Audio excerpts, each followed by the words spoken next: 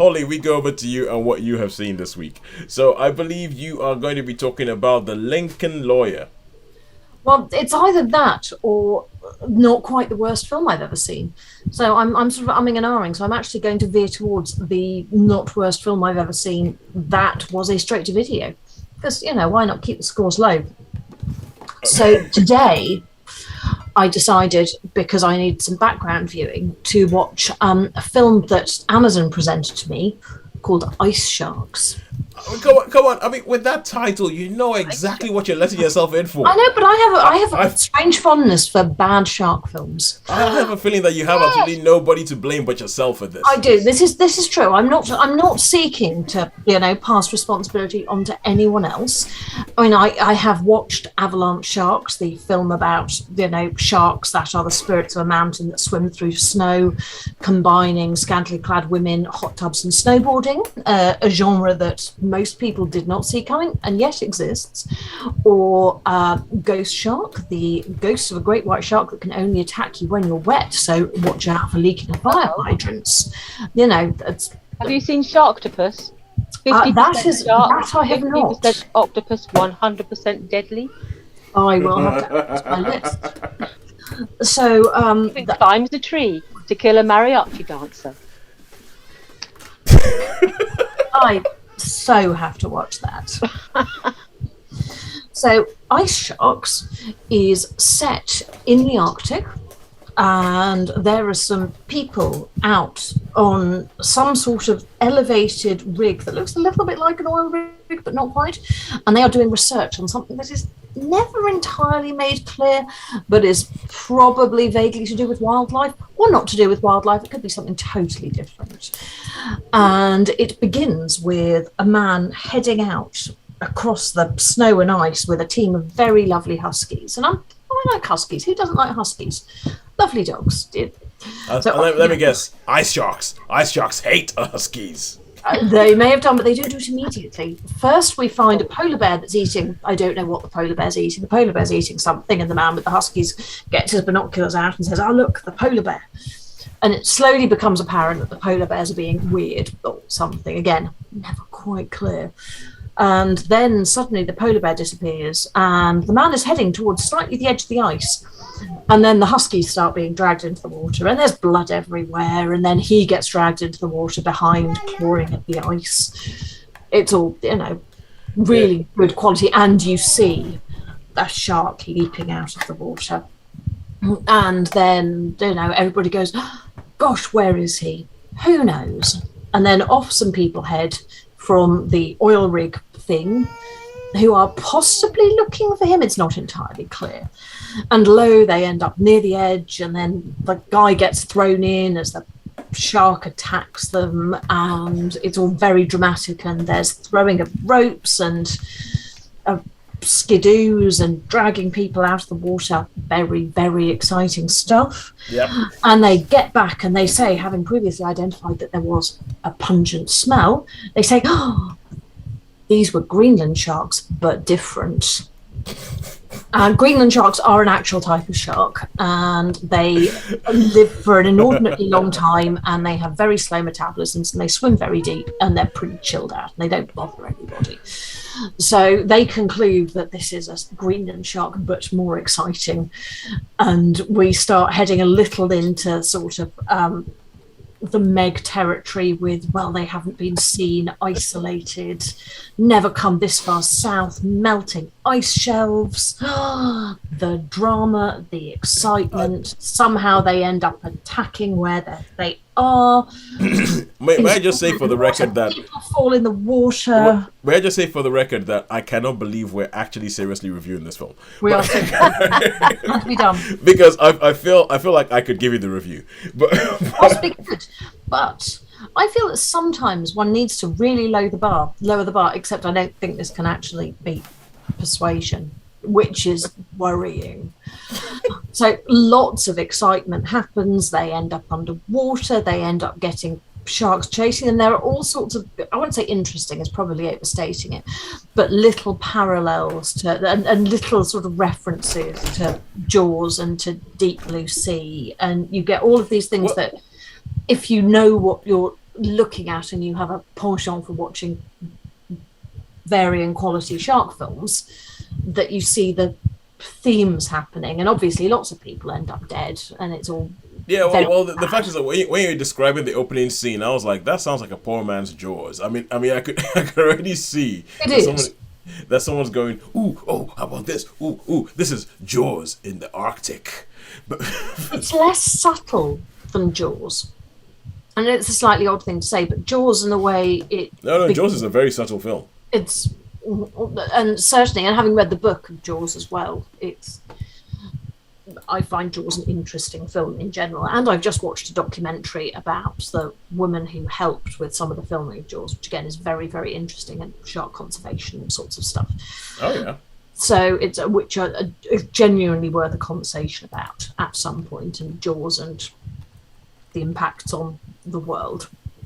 But this has little bits that are a little akin to Jaws, but not as good. There are bits that are strongly reminiscent of Deep Blue Sea, but not as good. There's certainly no Samuel L. Jackson moment. Bit of a spoiler, but that was a Okay. I'm going to veer away. I'm going to veer away to talk about a better film. And just to say, Deep Blue Sea, that Samuel L. Jackson moment. I remember being in the cinema and that happening, and there was just a mixture of, oh man, that is awesome, and what is this film? And also there was a little bit of, well, I kind of expected that, but still, what? Yep. It was, and this does not have a Samuel L. Jackson. No, because you don't care who anybody is, and there's no Samuel L. Jackson in it. I didn't know who anybody was. One woman kind of familiar. I mean, come on, it's called Ice Sharks. What were you expecting? To be fair, I have to say it lived up to my expectations, which were very low. So I went into it not expecting a good film. And I watched it, and it wasn't a good film, but it was actually better than I expected, because my expectations were very low. Okay. So sometimes I remember that one of my favorite film watching experiences was watching a film called Best of the Best 3. Now, Best of the Best was a martial arts franchise. I know that franchise. Yes, it was a martial arts franchise from the 90s when everything was about the martial arts. And the first one had Eric Roberts and I can't remember who the other person was in it with him, but it had Eric Roberts in it, Richard Roberts' brother. And by the time you get to the third one, I mean, this was like some direct-to-video nonsense, and only people who have it's a bit like, it was similar to No Retreat, No Surrender. No Retreat, No Surrender, and Best of the Best. Those are sort of franchises where only certain people who were into sort of like 80s action / martial arts movies will understand this, or like American ones would understand what that is. And I remember Best of the Best 3 is a rubbish film. But I had one of my favorite film watching experiences watching Best of the Best 3, because I and the group of people this was when we were in A-levels at the time, just sat down there. And it was like a gag fest from beginning to end of who could make the next joke about the film. And we just spent 90 minutes throwing jokes back and forth at each other and ripping it out of this film. And I still today, it is one of my favorite film watching experiences. So, did you have something like this with this? Terrible film, but you enjoyed it because you knew it was terrible and you were expecting terrible and all that kind of... That's where I'm going with this. I did. It was diabolical, but it was not, as I say, it was better than Ghost Shark, it was better than Avalanche Sharks, it was better than Two-Headed Sharks, which has a weird morality tale to it. It's as is traditional with many horror films, it's only those who are promiscuous who die, and the more promiscuous, the worse the death. Have sex, you die. Yeah, sex, die. Threesome, my God, it's gruesome. It's going to be a carnage. Exactly. So this didn't possess those particular elements of awful horror. So it stepped itself up in some ways and down in others because it didn't have those, classic, truly idiotic moments. But it was, but it did have all of these lovely points of commonality with other shark movies.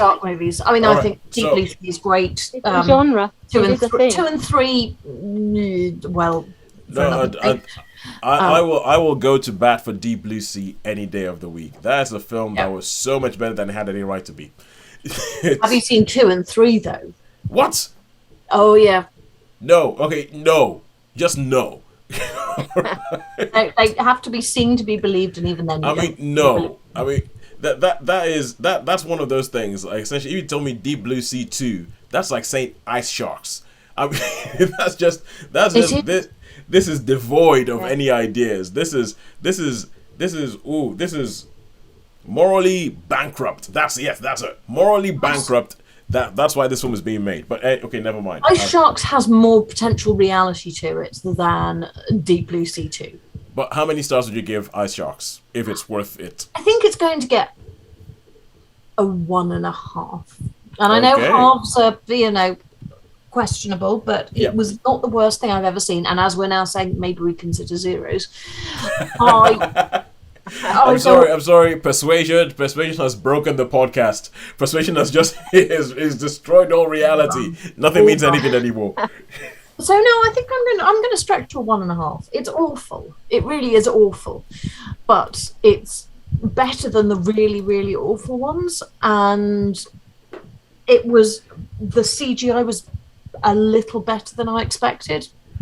What's the name of that? Okay, so Sharon, I think you know this. This is in the same realm as the bad shark movies on sci-fi thing, but it's essentially somebody trying to make the birds with no money whatsoever. Where birds is it called like Bird Apocalypse or something like that?